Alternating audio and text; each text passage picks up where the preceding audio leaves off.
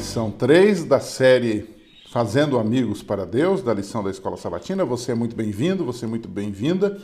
Eu gostaria de lhe desafiar a se inscrever no nosso canal ou fazer propaganda desse canal para outras pessoas, para que eles possam se inscrever também. Esse é um trabalho voluntário, esse é um trabalho missionário dirigido aos professores e aos alunos da Escola Sabatina. Nessa semana, a lição 3 está falando, olhando as pessoas pelos olhos de Jesus. Jesus é o ganhador de almas por excelência, o perfeito.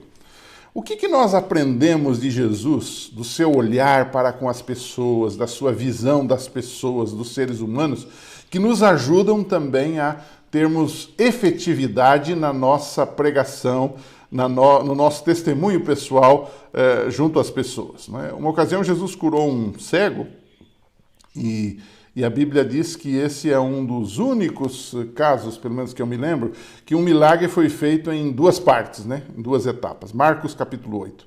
E diz que esse cego, na primeira vez Jesus o curou, ele passou a ver, só que ele passou a ver de forma nublada. Ele via as pessoas como árvores andando. Isso é muito interessante, porque muitas vezes também a nossa visão do mundo, das pessoas, nós como pregadores do Evangelho, como membros da Igreja de Deus, como este cego, é defeituoso, ou seja, a gente enxerga, mas a gente enxerga de forma nebulosa, não fica claro aquilo para nós. Mas como é que a gente pode tornar claro? Como é que Jesus pode fazer o segundo toque, o segundo milagre na nossa vida para que a gente possa discernir as pessoas? Como é que podemos observar o mundo com o olhar de Jesus?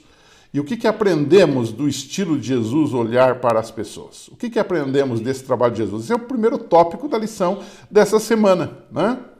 Então, ao analisar o relacionamento de Jesus com as pessoas, o seu olhar, a sua visão das pessoas, para então lhes pregar o Evangelho, nós aprendemos algumas coisas muito interessantes. A primeira delas é que as pessoas vêm a Cristo geralmente trazidas por amigos ou parentes. Há muitas estatísticas que mostram isto. A maioria das conversões de nossa igreja vem através do testemunho pessoal, dado a um amigo, a um parente, a um vizinho, a um conhecido, a um cliente, a um fornecedor, enfim, pessoas da nossa relação. Você lembra dos amigos deste cego que eu citei, de Marcos 8, verso 22, que a Bíblia diz que eles trouxeram o cego para Jesus e eles rogaram que o tocasse. Ou seja, aqui há uma influência pessoal no trabalho missionário. Então, isso é uma lição para nós. Às vezes a gente quer que o mundo se converta, a gente até ora sobre isso, mas a gente não faz nenhum esforço para buscar um amigo para um programa especial da igreja, para convidá-lo para um almoço em nossa casa, para então ali podermos desenvolver uma amizade maior e testemunhar de Jesus para ele, ou podemos ajudá-lo naquilo que ele está precisando mais, não é uma carência, seja ela alimentar, seja ela afetiva, enfim, uma série de coisas que podemos fazer. Diz aqui que os amigos do cego que Jesus curou, eles não apenas levaram, mas eles insistiram com Jesus para que o tocasse, para que o curasse. E aí está a importância do envolvimento e da atitude pessoal. Não se ganha almas num sofá apenas. Não se ganha almas fazendo discursos, fazendo muitos programas. Se ganha almas fazendo contatos pessoais, diretos e com intenção de salvar a pessoa, né? E aí está a história desse cego que foi curado em duas etapas. E Jesus aqui estava tentando dizer, a própria estrutura do Evangelho de Marcos, esse milagre de Marcos 8, nos mostra isto. Porque na primeira parte há sempre alguém que tem dúvidas sobre quem é Jesus. Na segunda parte do Evangelho, Jesus começa a responder, a tal ponto de que lá no final de Marcos, aparece alguém, um centurião, dizendo verdadeiramente este é o Filho de Deus. Ou seja, há um desenvolvimento do conhecimento e da relação da pessoa com Jesus, até que ela compreenda quem é Jesus. E para que isto ocorra, nós precisamos da influência do Espírito Santo, mas nós precisamos também da nossa influência, acompanhando a pessoa, o desenvolvimento da pessoa, até que seus olhos se abram, até que ela deixe de ver as pessoas como árvores andando e ela passe então agora a ver claramente, como foi o caso desse cego.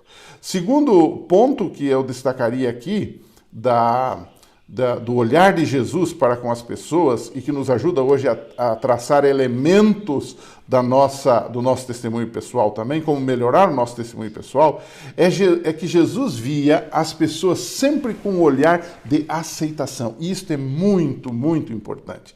Muitas vezes a gente recebe na igreja ou até em outro lugar uma pessoa e a gente olha com um olhar discriminatório as roupas que ela está usando, as joias que ela está usando. Olha o jeito de ser, as tatuagens desta pessoa. Isso me incomoda, alguém pode dizer. Mas Jesus olhou, por exemplo, para a samaritana com um olhar de aceitação. Por que ela parou para conversar com aquele judeu ali que era seu inimigo? Nós, tradicionalmente, sabemos da rivalidade que havia entre judeus e samaritanos. Os samaritanos eram pessoas que tinham uma base judaica, mas eles eram pessoas misturadas com outras nações. E eles criaram até um sistema de culto paralelo lá no Monte Gerizim. E os judeus os odiavam simplesmente por isso e por outras coisas. Agora, é interessante, Jesus olhou, Jesus conversou com ela e Jesus mostrou aceitação, não pelo pecado dela. E Jesus foi claro com ela, se você já teve 5 maridos e o que você tem agora não é teu marido. Mas não foi isto. Jesus mostrou que aceitava ela do jeito que ela estava, para que ela pudesse ser transformada. Então, João capítulo 4, a história da samaritana, depois você deveria reler, ilustra exatamente o que Jesus fazia. E é interessante, no olhar de Jesus, ele não via o que as pessoas eram, mas ele via o que elas poderiam se tornar, e isso faz toda a diferença, né? Um ponto também interessante do olhar de Jesus, que nós precisamos discutir aqui, é que a história de Jesus e dos discípulos ilustra que devemos começar o testemunho a partir do lugar onde nós estamos. Isso é muito importante. Há muita gente que quer ser missionário e quer ir para a África, quer ir para um outro país distante. Não, isso não há nenhum problema. Aliás, isso é ótimo. Nós devemos incentivar isso, devemos apoiar as pessoas que têm esse espírito missionário. Mas muitas vezes há pessoas que querem ir para fora, quando perto deles há um campo missionário vastíssimo, a começar da sua própria família. Então, nós devemos começar onde Deus nos colocou. Não é ficar esperando um momento para testemunhar. Um dia eu ainda vou ser um grande pregador, um grande missionário. Comece de forma simples, comece de forma direta. E a Bíblia fala da história de André, né? E André começou com a família. Ele começou a testemunhar para o irmão, não é? E depois ele testemunhou até para a nação, ou seja, representantes da nação, naquela época, culturalmente a mais poderosa do mundo, que eram os gregos, em João 12, verso 20. Você pode ler isto. Então, devemos entender que devemos começar o testemunho sempre a partir do lugar onde estamos, e não ficar com sonhos mirabolantes que nunca vão se concretizar e o trabalho nunca será efetivado. Jesus também, essa é uma outra característica do olhar de Jesus, ele sempre atendia com sensibilidade, mesmo as pessoas mais difíceis, né? Então você toma, por exemplo, o chamado dos discípulos em Mateus 4, né? Aquela gente era complicada, Pedro, João, eram pescadores rudes, grosseiros, e tinham dificuldade de percepção, de entender. Mas Jesus teve paciência com eles. Nós também lidamos com pessoas desse tipo. Temos que ter paciência e perseverança nesse caso. Não é? A história daquele escriba que chegou para Jesus tentando testá-lo, lá em Marcos 12. Né? E uma história que salta aos nossos olhos é a história do ladrão na cruz. Jesus podia bem desprezar aquele indivíduo, ele já estava no final do seu trabalho, e ali estava um ladrão, mas que no momento derradeiro da sua vida aceita Jesus, com toda a sua dificuldade, com toda a sua limitação, e Jesus lhe deu uma palavra de salvação, de segurança, de esperança naquele momento, e ele foi salvo, Lucas 23, 39 a 43. Né?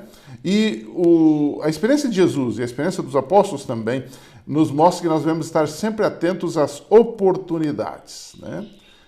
A história de Paulo, né, que estava em Troade, foi ali impelido para sair dali e ir para Macedônia, porque Deus estava abrindo uma porta para ele. E ele acabou atingindo o continente europeu com isso. Né? A história de Felipe e do eunuco, não é? Tesoureiro da rainha de Candace, da Etiópia. E Felipe estava ali e o Espírito Santo o conduziu e ele aproveitou essa oportunidade para pregar para aquele homem se converte e ele vai para a Etiópia e ali o cristianismo se desenvolve naquele país. Então, devemos sempre aproveitar as oportunidades que Deus nos dá para pregarmos o Evangelho. Então, a nossa conclusão de hoje ficaria com duas perguntas muito interessantes para você discutir com seus alunos. Primeiro quais pessoas com quem você entra em contato não conhecem a Deus? Note, aqui um perigo. Muitas vezes nós, como adventistas, nós temos amizade só com os adventistas. E isso acaba sendo um problema para o testemunho, porque a gente não se aproxima de outras pessoas. A gente forma uma espécie de redoma, um clã nosso. Você já foi a uma festinha de aniversário de algum crente, de algum adventista? Normalmente só estão adventistas ali. E se tem alguém de fora, a gente às vezes faz um bolinho e fica conversando com os adventistas e esquece daqueles que são de fora. Devemos abordar essas pessoas, devemos nos aproximar dessas pessoas, deveríamos sorrir para essas pessoas, devemos puxar conversa com essas pessoas. Então, a pergunta é, com quais pessoas você entra em contato que não conhecem a Deus? Então você deve pensar quais são essas pessoas. Pergunta ao seu aluno quais são essas pessoas. Bem, e a segunda pergunta, e o que você faz ou está fazendo ou deveria fazer para testemunhar para elas? Então, uma coisa bem prática, mas que vai nos ajudar nesta semana a estimular os nossos irmãos para testemunharem durante toda a semana seguinte e ganharem pessoas para Cristo. A gente se encontra na semana que vem. Um abraço e até lá.